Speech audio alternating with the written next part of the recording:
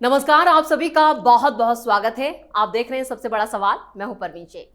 पाकिस्तान ने अमेरिका के जरिए सीज फायर करवाकर भारत के कहर से खुद को किसी तरह बचा लिया, लेकिन बलूचिस्तान के मोर्चे पर उसकी जान आफत में है। एक बार फिर बलूच विद्रोहियों ने पाकिस्तानी सेना और सुरक्षा बलों को निशाना बनाते हुए बड़े पैमाने पर हमले किए हैं, जिससे शाहबाज और मुनीर आर्मी के होश उड़े हुए हैं। खबरें ये भी आ रही है कि बलूचिस्तान में एक बार फिर पाकिस्तानी सेना और सुरक्षा बलों को लगातार निशाना बनाया जा रहा है। बलूचिस्तान की आजादी की मांग करने वाले बलूच विद्रोही गुटों ने एक या दो जगह नहीं बल्कि 71 जगहों पर हमला बोला है। पाकिस्तान की अंदरूनी हालत जो है वो काफी खराब हो चुकी है। खबरों की माने तो बीएलए भारत के समर्थन से अपनी स्थिति को और मजबूत करना चाहता है। दावा है कि उसके पास 6000 लड़ाके हैं जो पहाड़ों और शहरों में पाकिस्तानी सेना से मुकाबला कर रहे हैं। बीएलए ने यह भी कहा है कि वो किसी के इशारे पर नहीं चलता, लेकिन भारत का साथ मिलने पर वो पाकिस्तान को टुकड़ों में बांटने में सक्षम है। ऐसे में सबसे बड़ा सवाल यह है कि क्या पाकिस्तान टुकड़े टुकड़े होने वाला है? इसी पर चर्चा के लिए स्टूडियो मौजूद हैं कैपिटल टीवी के editor in chief doctor Manish Kumar. Sir, आपका बहुत बहुत स्वागत है। धन्यवाद। पाकिस्तान ने यहाँ पर जिस तरह से भारत को आंख दिखाई और पाकिस्तान इस वक्त जो है पूरी तरह से तबाही के कगार पर है, लेकिन बलूचिस्तान ने जो अब कहा है और भारत से समर्थन मांगा है वो क्या इशारा कर रहा है? देखिए, एक बात समझ लीजिए जी। कोई भी देश हो जहां का पॉपुलेशन वहां की सरकार से उसका भरोसा उठ जाए जी। तो वो ज्यादा दिन तक उसे सरकार रख नहीं सकती उस इलाके के ऊपर। दुनिया भर में बहुत सारे देशों में बंटवारा हुआ है, देश टूटे हैं, और ये तब भी हो सकता है कि भाई आप फिर भी कब्जा करके रख सकते हैं, तो उसके लिए आपका स्टेट का जो देश का जो इंस्टीट्यूशन है, वहाँ की डेमोक्रेसी है, वहाँ का जो सिस्टम है, कोर्ट है, वो इंस्टीट्यूशंस मजबूत हो और स्टेट बड़ा पावरफुल हो, तब आप लोगों को अपने कंट्रोल में रख सकते हैं। जी। ये बेसिक चीज समझ में आ गया। दिक्कत क्या है, पाकिस्तान वो टुकड़े टुकड़े होने वाला नहीं है, वो टुकड़े टुकड़े हो चुका है। बस फॉर्मल अनाउंसमेंट की आवश्यकता है। This is the only thing. वो पूरा वो जो शीशा होता है जो क्रैक कर गया है, वो उसको बस एक झटका देने की जरूरत होती है, वो बिखर जाता है। वो कांच टूट चुका है ऑलरेडी, तो पाकिस्तान वैसे ही ऑलरेडी बिखर चुका है। बीएलए ने 60 के आसपास टारगेट से पाकिस्तानियों को ऑलरेडी भगा चुका है जी। और जैसे जैसे ये भगाता रहेगा वैसे वैसे, और ये पिछले 5-7 दिनों में, ये पहलगाम के बाद से ये गतिविधियां ज्यादा बढ़ गई। क्यों? क्योंकि जो अफगानिस्तान का बॉर्डर है, अफगानिस्तान से भी रिश्ते खराब हैं इसके, ईरान के भी रिश्ते खराब है। ईरान बलूचिस्तान के साथ है जी। अफगानिस्तान बलूचियों के साथ है। बलूचिस्तान में ऑलरेडी वो बवाल मचा हुआ है, तो अभी हिंदुस्तान की तरफ उनकी आर्मी 60% थी, तो 40% वो वेस्टर्न बॉर्डर के ऊपर। लेकिन जैसे पहलगाम हुआ और हिंदुस्तान ने अपने फॉरवर्ड पोस्ट पे वो आर्मी लेकर के गए, तो फिर वो कहां से लेकर के आएगा आर्मी? तो वहां से वो खाली हुआ, उन लोगों को वहां से शिफ्ट किया गया यहां, तो वहां क्या हो गया? स्ट्रेंथ कम हो गई। अभी 10% 12% के आसपास आर्मी वहां पे है, तो आर्मी कमजोर, तो बीएलए का अटैक तेज हो गया। यही तो है पूरी कहानी। और आज बीएलए ने क्या कहा, अखबारों में देखिए, हर जगह ये छप के आया है आज जी। एक बाकायदा पूरी चिट्ठी है। वो बोल रहे हैं कि भाई हिंदुस्तान हमें राजनीतिक, कूटनीतिक और सामरिक मदद दे दे तो हम बिल्कुल पाकिस्तान को टुकड़े टुकड़े कर दें। तो ये तो लाल किले से प्रधानमंत्री पहले ही कह चुके हैं कि बलूची हमारे भाई हैं, हमारे दोस्त हैं, और जिस हिसाब से वो कश्मीर का राग अलापता है कि कश्मीर के लोगों को अपना सेल्फ डिटर्मिनेशन का अधिकार है, तो बलूचियों को भी अधिकार है। बलूची पाकिस्तान के साथ नहीं गए, उसको कब्जा किया गया। स्टेट ऑफ कलात पे आर्मी भेज के लोगों को मार के हत्याएं करके पाकिस्तान ने उस पूरी जमीन को अपने हिस्से में लिया। लेकिन वो तो ये भी है कि पाक आर्मी तो अब भी लगातार वहां के जितने भी कार्यकर्ता हैं, जो संगठन, जो सोशल वर्कर है, उन्हें निशाना बनाती है। भाई अब तो निशाना, अब तो वो कमजोर है जी। भारत ने क्या कहा, प्रधानमंत्री मोदी ने क्या कहा, कभी ये जारी है, हमारे फॉरवर्ड पोस्ट के ऊपर आर्मी मौजूद रहेगी, इसलिए पाकिस्तान अपने सैनिकों को वो उधर लेके जा नहीं सकता। पैसे है नहीं, पैसे है नहीं। बिल्कुल।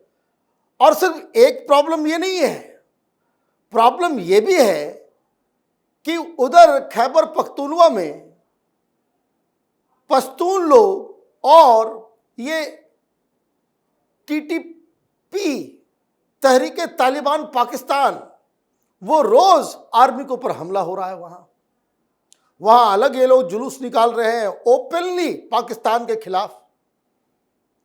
तो क्या स्थिति बन गई? स्थिति ये बन गई है कि अब भारत तो ओपनली अब इस चीज को कह रहा है कि बलूचिस्तान के साथ है। आज़ादी के बाद जो जिनका प्रधानमंत्री बनना है, जिनको, वो दिल्ली में बैठे हुए हैं। आप इस बात को समझिए, ऐसा नहीं है। वो रशियन टेलीविजन आरटी, उसके अंदर एक लीडर, बलूची लीडर का बयान आ रहा है कि हमें बंदूक दे दो, मार के भगा देंगे सबको जी, हथियार दे दो, मार के भगा देंगे। तो ये सारी चीजें पाकिस्तान के लिए कितनी बड़ी मुसीबत है। और सबसे बड़ी चीज कि जो हिंदुस्तान के साथ जो पंगा लिया पाकिस्तान ने, और जिस तरीके से हर जगह से वो बर्बाद हो गया, माफी मांगनी पड़ी, घुटने टेकने पड़े, सीज फायर के लिए रहम की भीख मांगने के लिए अमेरिका चला गया। तो ये जो आर्मी की जो साख थी, मैं देख रहा था वो टेलीविजन के ऊपर, वहां के एंकर एक, वो उसको ये यकीन ही नहीं हो पा रहा था वहां के एंकर्स को जी, कि हिंदुस्तान तुम्हारे एयरबेस को भी टारगेट कर सकता है। वो ये कह रही है कि ये तो, हम तो न्यूक्लियर मुल्क हैं, हमारे एयरबेस को कैसे उड़ा सकता है हिंदुस्तान। अरे एयरबेस, तुम्हारे प्रधानमंत्री के घर को उड़ाया जा सकता है। क्यों? क्योंकि तुम्हारे एयर डिफेंस में कोई दम नहीं है। तो आप एक्सपोज हो गए। वहां अभी 3 दिन हो गए, मुनीर नजर आया नहीं, शहबाज नजर आ रहा है।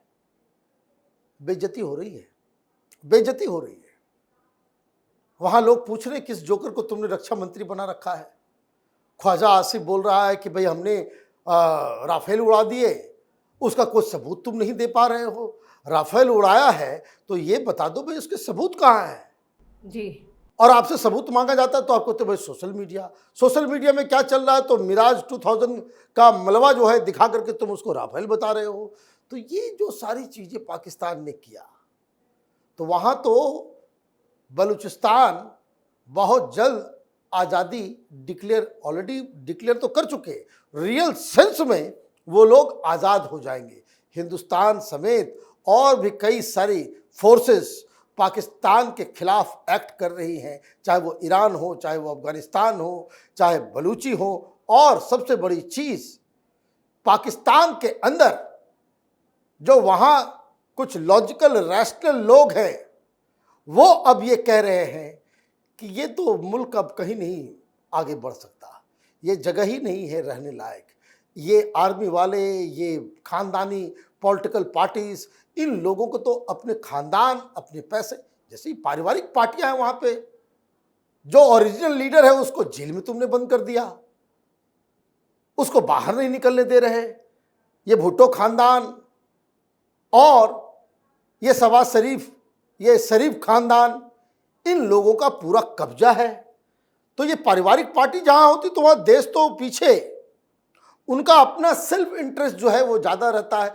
तो अब वहां पे आम लोग भी विद्रोह कर रहे हैं, लोगों की नाराजगी, बलूची आउट ऑफ कंट्रोल चले गए हैं। तो ये मुझे समझ में ही नहीं आ रहा है कि पाकिस्तान अब आगे कैसे सरवाइव करेगा। पैसे जो आए हैं उससे ज़्यादा तो नुकसान हो गया। जिस तरीके से हम लोगों ने उसको डेंट किया है, अभी 2 साल लगेंगे चीज़ों को ये करने में, और $4 बिलियन का कॉस्ट है जो पाकिस्तान को खर्च करना पड़ेगा, और इतने पैसे तो है नहीं। कहाँ कहाँ आप कटोरा लेकर के जाओगे, कहाँ कहाँ भीख मांगोगे। तो पाकिस्तान तो अभी फंस गया। और आपने अपने इंट्रोडक्शन में कहा कि ये सीज फायर करके किसी तरीके से हिंदुस्तान के कहर से बच गया। बचा नहीं है, अभी तो मुसीबत आने वाली है। आज खबर आई कि सारे गेट्स बंद कर दिए गए, आज पानी खत्म। अभी मई जून का जो महीना होगा, पाकिस्तान बूंद बूंद पानी के लिए तरसेगा। ये प्रधानमंत्री मोदी ने ये साफ कर दिया है कि ये जल संधि जो है, इसको जो हमने खारिज किया है वो पड़ा रहेगा। और दूसरा, प्रधानमंत्री मोदी ने जो कल कहा, उन्होंने एक विंडो खोल दिया है कि अब जब कभी भी कोई दुस्साहस पाकिस्तान की तरफ से होगा, तब इसी तरह से घुस के मारेंगे। ये न्यू नॉर्मल बन गया है। वो ऐसा मोहल्ले का शख्स बन गया है पाकिस्तान कि जिसे कोई भी आएगा कभी भी 1-2 चाटा मार के निकल जाएगा। ये हालत हो गई पाकिस्तान की। तो मुझे नहीं लग रहा है कि पाकिस्तान ज़्यादा दिन तक वो टिक पाएगा। चलिए, इस तमाम जानकारी के लिए और सटीक विश्लेषण के लिए आपका बहुत बहुत धन्यवाद। धन्यवाद। भारत और पाकिस्तान के बीच सीज फायर होते ही 3 घंटे बाद यह खबर आने लगी थी कि पाकिस्तान ने सीमावर्ती इलाकों में गोलीबारी शुरू कर दी। यानी सीज फायर का वायलेशन पाकिस्तान ने 3 घंटे के अंदर ही कर दिया, जिसके बाद भारत सरकार ने सेना को फ्री हैंड दे दिया। और अगर पाकिस्तान सीज फायर के बाद भी अटैक करता रहा तो भारतीय सेना मजबूती से उसका जवाब देती रहेगी। वहीं अब पाकिस्तान को अपने ही देश के भीतर नए संकट से भी बड़ा झटका लगा है, क्योंकि बलूचिस्तान में अब हालात बेकाबू हो चुके हैं। बलूचिस्तान में आजादी की मांग को लेकर सक्रिय बलोच लिबरेशन आर्मी ने पाकिस्तान की सेना और सुरक्षा बलों पर जबरदस्त हमला बोला है, जिससे पाकिस्तान चौतरफा फंस चुका है। लगातार उस पर दबाव बढ़ रहा है और ऐसे में पाकिस्तान की आने वाले दिनों में और भी ज्यादा मुश्किलें बढ़ने वाली हैं। इस खास शो में इतना ही। वीडियो कैसा लगा कमेंट करके अपनी राय जरूर दें। वीडियो को लाइक करें, शेयर करें और कैपिटल टीवी को सब्सक्राइब जरूर करें। धन्यवाद।